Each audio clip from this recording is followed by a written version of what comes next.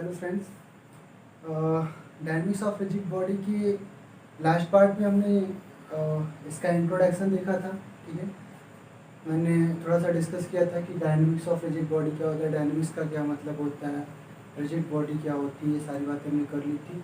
कुछ प्रॉपर्टीज भी मैंने बताया था आपको जो कि रिजिड बॉडी की प्रॉपर्टीज होती हैं और वो इसके डायनेमिक्स को इफेक्टेड करती हैं। ठीक है, तो उसमें मैंने आपको बताया था mass, friction, damping value and elasticity, 4 property मैंने आपको बता रखी थी। ठीक है, तो चलिए आज हम उसका नेक्स्ट पार्ट करते हैं। इस पार्ट में हम डिस्कस करेंगे motion of particle and rigid body. ठीक है, तो रिजिड बॉडी के मोशन के कौन कौन से मतलब कौन कौन सी प्रॉपर्टीज उसकी मोशन को इफेक्ट करती हैं, ये तो हमने पढ़ रखा था।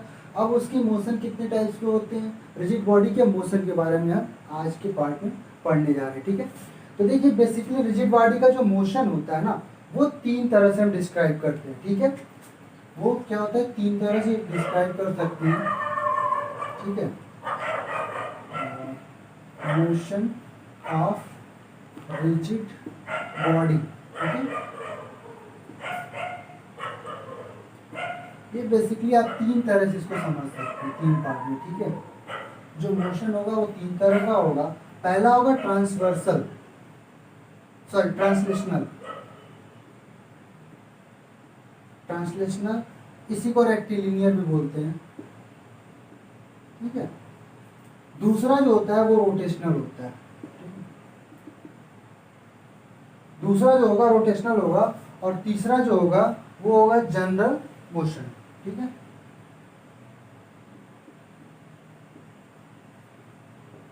देखिए अब हम तीनों को एक एक करके डिस्कस करते हैं। पहला होता है ट्रांसलेशनल मोशन। ठीक है, ट्रांसलेशनल बोलते हैं या रेक्टिलिनियर बोलते हैं, ऐसी को कर्वीलिनियर भी बोलते हैं। ठीक है, तो इसमें क्या होता है, जैसे मान लीजिए एक रिजिड बॉडी है। ठीक है, ये बॉडी है, तो इसका जितने भी इसके पार्टिकल्स होते हैं ना, बहुत सारे पार्टिकल्स होंगे, इनका जो वेलोसिटी होगा, जो इनका मोशन होगा ना, वो बॉडी के साथ साथ इनकी जो इनका डायरेक्शन होगा वो चेंज नहीं होगा, बल्कि पैरेलल होगा। ठीक है, जैसे अभी बॉडी यहाँ पे है, अगर यहाँ पे आ जाती है ना, इस पार्टिकल जो ये पार्टिकल ए था, इसका जो मोशन होगा, इसके दोनों मोशन इसका क्या होगा, पैरेलल होगा। जिस डायरेक्शन में ये था अभी भी उसी एंगल पे उसी डायरेक्शन में होगा। ठीक है, मतलब इसमें क्या होता है कि जो पार्टिकल्स की वेलोसिटी होती है वो लास्ट वेलोसिटी के पैरेलल होती है। ठीक है, इस तरह से इसमें जितने पार्टिकल्स होंगे उनकी सारी वेलोसिटी क्या होगी, ऐसे पैरेलल होगी। ठीक है, तो ये आपका होता है ट्रांसलेशनल मोशन। ठीक है, अब देखिए दूसरी टाइप की अगर हम बात करें, जो रोटेशनल मोशन होता है, इसमें क्या होता है कि जो बॉडी होती है, हाँ, इसमें पूरी बॉडी के मोशन को हम एक पार्टिकल के मोशन से डिस्क्राइब कर सकते हैं। ठीक है, इसमें क्या होता है कि जो पूरी बॉडी होती है वो एक्सिस के अबाउट रोटेट करती है। ठीक है, इसके अबाउट रोटेट करेगी। तो जब बॉडी एक्सिस के अबाउट रोटेट करेगी ना, तो इसमें जितने भी पार्टिकल्स होंगे, ठीक है, वो क्या करेंगे, जैसे ये एक पार्टिकल है, तो जब बॉडी ऐसे घूम रही है तो उसमें जो पार्टिकल होगा ना, वो भी इस एक्सिस के अराउंड ऐसे ऐसे एक सर्कुलर पाथ पे मूव करेगा। ठीक है, तो इसमें जो भी पार्टिकल्स होते हैं वो क्या होते हैं, एक सर्कुलर पाथ पे मूव करते हैं। यानी कि इसके मोशन को स्टडी करने के लिए हमको किसके बेसिस पे हम करते हैं, एंगुलर वेलोसिटी के बेसिस पे इसकी मोशन को स्टडी करते हैं, यानी कि ओमेगा के बेसिस पे। ठीक है, और जो जनरल मोशन होता है, तो जनरल मोशन में क्या होता है कि जनरल मोशन में देखिए, जैसे एक बॉडी है ये, ठीक है,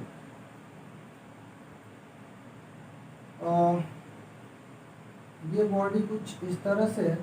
ठीक है, अब ये बॉडी इस एक्सिस के अबाउट रोटेट भी कर रही है और मूव भी कर रही है। ठीक है, कुछ टाइम बाद ये बॉडी यहाँ पे आ जाती है। ठीक है,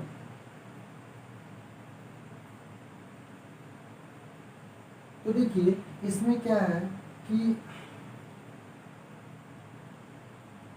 इसमें रोटेशन भी है और ट्रांसलेशन भी है। ठीक है, मतलब ये लीनियरली भी मूव कर रही है और अपने एक्सिस पे रोटेट भी कर रही है। ठीक है, तो इस तरह के अगर मोशन होता है किसी बॉडी में तो इसको हम बोलते हैं जनरल मोशन। मतलब रेक्टिलिनियर या ट्रांसलेशनल मोशन में सिर्फ जो पार्टिकल्स होते हैं वो पैरेलल डायरेक्शन में मूव करते हैं, ठीक है। यानी कि every line in the body remains parallel to the original position.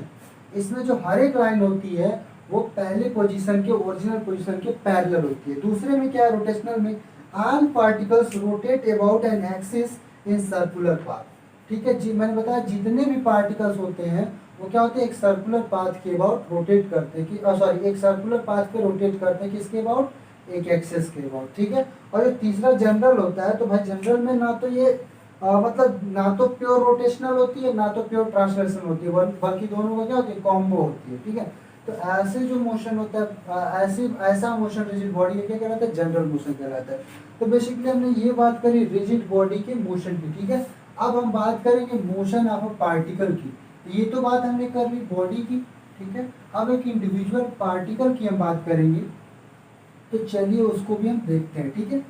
तो सपोज करेंगे कि अगर कोई एक इंडिविजुअल पार्टिकल है मास m का, ठीक है, पार्टिकल है किसका, मास m का, और उसकी जो पोजीशन है वो है x, y, z in x y plane, this is x y z plane, ठीक है।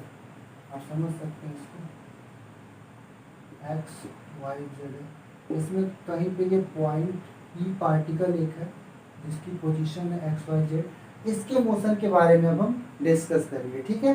तो देखिए according to Newton second law of motion, ठीक है, न्यूटन का सेकेंड लॉ ऑफ मोशन क्या कहता है, दिस लॉ स्टेट्स दैट, ठीक है, this law states that rate of change of momentum in any direction is proportional to the applied force in same direction, ठीक है। मतलब कि जब किसी बॉडी पे हम फोर्स अप्लाई करते हैं तो उसके जो मोमेंटम में चेंज आता है वो उस फोर्स से क्या होता है, डायरेक्टली प्रोपोर्शनल होता है। यानी कि यहाँ से हम क्या कंक्लूड कर सकते हैं कि F equal to M into A, ठीक है। क्या होता है, F equal to M into A, where F is called applied force, ठीक है, where F is called applied force and this MA is called effective force। देखिए यहाँ पे थोड़ा सा आपको कंफ्यूजन हो सकता है कि MA को मैंने इफेक्टिव फोर्स क्यों कहा है और इसको अप्लाइड फोर्स क्यों कहा है।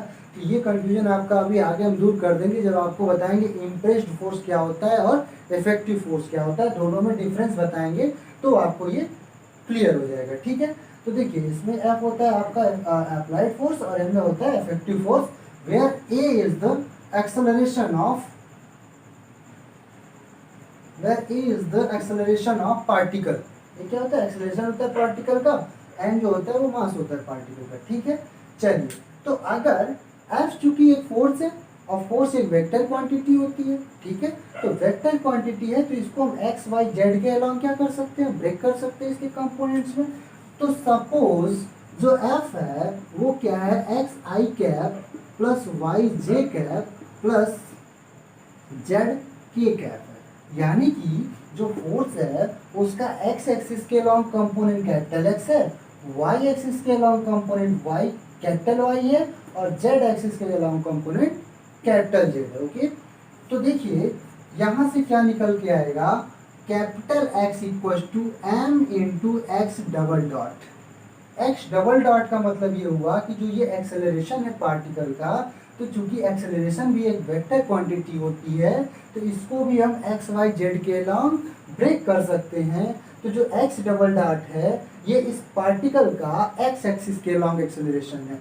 इसी तरह से जो फोर्स का जो कंपोनेंट y होगा, यानी कि जो y एक्सिस के अलॉन्ग कंपोनेंट होगा वो किसके इक्वल होगा, वो होगा m into y double dot. यानी कि y n तो मास है पार्टिकल का और y डबल डॉट क्या है, उस पार्टिकल का y एक्सिस के अलॉन्ग एक्सेलरेशन है। इसी तरह से z इक्वल टू क्या हो जाएगा, m into small z double dot, यानी कि जो फोर्स का जो जेड एक्सिस के अलॉन्ग कंपोनेंट होगा वो किसके इक्वल होगा, m into Z double dot. Z क्या है यहाँ पे, पोजीशन सॉरी एक्सेलरेशन है पार्टिकल का, जेड एक्सिस के अलॉन्ग, ठीक है। तो ये हमने डिस्क्राइब कर दिया मोशन ऑफ पार्टिकल, ठीक है, motion of particle. Motion of rigid body मैंने पहले बता दी, क्या क्या 3 तरह का बताया, translational, rotational and general motion, ठीक है।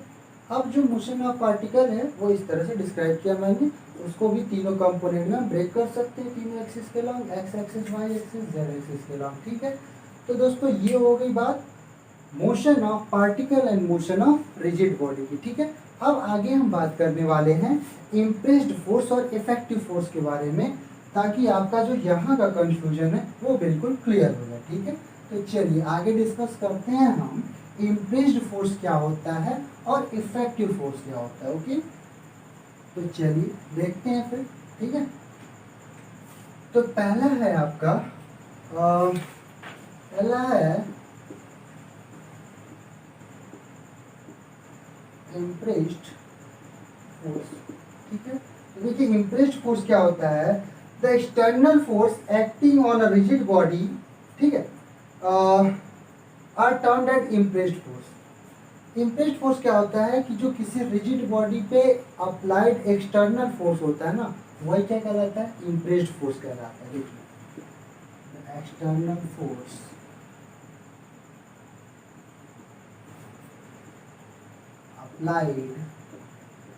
applied on a rigid body is called impressed force, okay, this is called impressed force। एक एग्जांपल देखते हैं, ठीक है। जैसे कोई बॉडी है तो उस पर जो ग्रेविटेशनल फोर्स लगता है ड्यू टू ग्रेविटी, वो क्या होता है, वो एक इम्प्रेस्ड फोर्स होता है, क्योंकि वो बॉडी का इंटरनल नहीं बल्कि एक्सटर्नल फोर्स होता है। इसी तरह से अगर मान लीजिए यहाँ पे एक सीलिंग से एक स्ट्रिंग में कोई एक एम मास का एक बॉब है, वो अगर हैंग कर रहा है तो इस पे जो टेंशन लगता है ना, वो टेंशन भी क्या है, एक इम्प्रेस्ड फोर्स है, because this is also an external force, okay, then it will be an impressed force. चलिए अब इसके बाद हम देखेंगे, तो इसके कुछ एग्जांपल्स हम देख लेते हैं। जैसे एग्जांपल में मान लीजिए टेंशन हो गया, ठीक है, टेंशन हो गया, ग्रेविटेशनल फोर्स हो गया, ठीक है,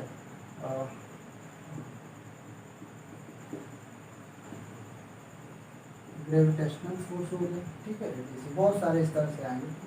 चलिए अब हम बात करेंगे इफेक्टिव फोर्स की। इफेक्टिव फोर्स क्या होता है, ठीक।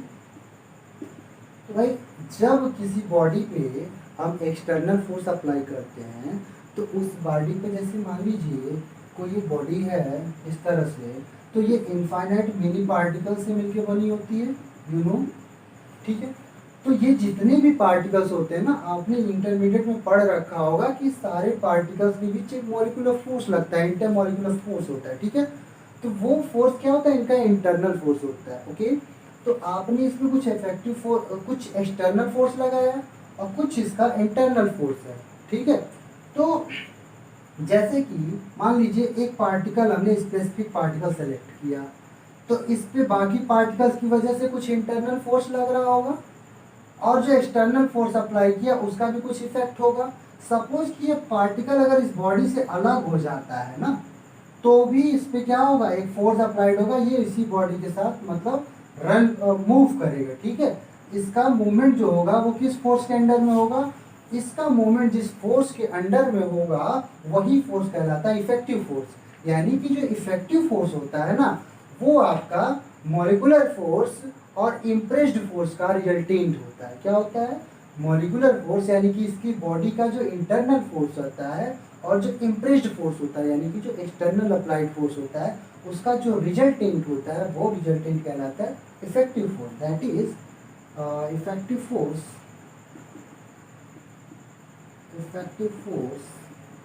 इज रिजल्टेंट ऑफ एक्सटर्नल या इम्प्रेस्ड एंड मॉलिक्यूलर फोर्स। इसको आप ऐसे भी समझ सकते हैं कि जो इफेक्टिव फोर्स होता है वो इंटरनल एंड एक्सटर्नल फोर्स का क्या होता है, रिजल्टेंट होता है, ठीक है। ओवरऑल जो इसका इफेक्ट होगा वो दोनों का कंबाइंड इफेक्ट होगा, और उस इफेक्ट जिस इफेक्ट के अंडर में ये पार्टिकल मूव करेगा तो वो फोर्स क्या कहलाएगा, आपका इफेक्टिव फोर्स कहलाएगा। ओके, तो ठीक है, हम इसी तरह से थोड़ा थोड़ा पढ़ते हुए आगे बढ़ेंगे, ठीक है। अब इसके बाद हमारा अगला टॉपिक होगा डीएलएमबर्ट प्रिंसिपल, ठीक है, जो कि काफ़ी इंपॉर्टेंट है आपके एग्जाम के पॉइंट ऑफ व्यू से भी, ठीक है। तो आगे हम उस पर डिस्कशन करेंगे। यहाँ तक जो भी आपको प्रॉब्लम्स हो, जो भी कन्फ्यूजन हो, वो आप हमको कमेंट कर सकते हैं, ठीक है। अगर आपके पास कुछ इसको और बेहतर करने के लिए कुछ अच्छा सजेशन हो तो वो भी आप हमको दे सकते हैं कि कैसे हम इसको और बेहतर बनाएं, ठीक है। और अगर आप मेरे चैनल पर नए हैं तो प्लीज़ चैनल को सब्सक्राइब कीजिए और वीडियो को लाइक एंड शेयर कीजिए। Thank you.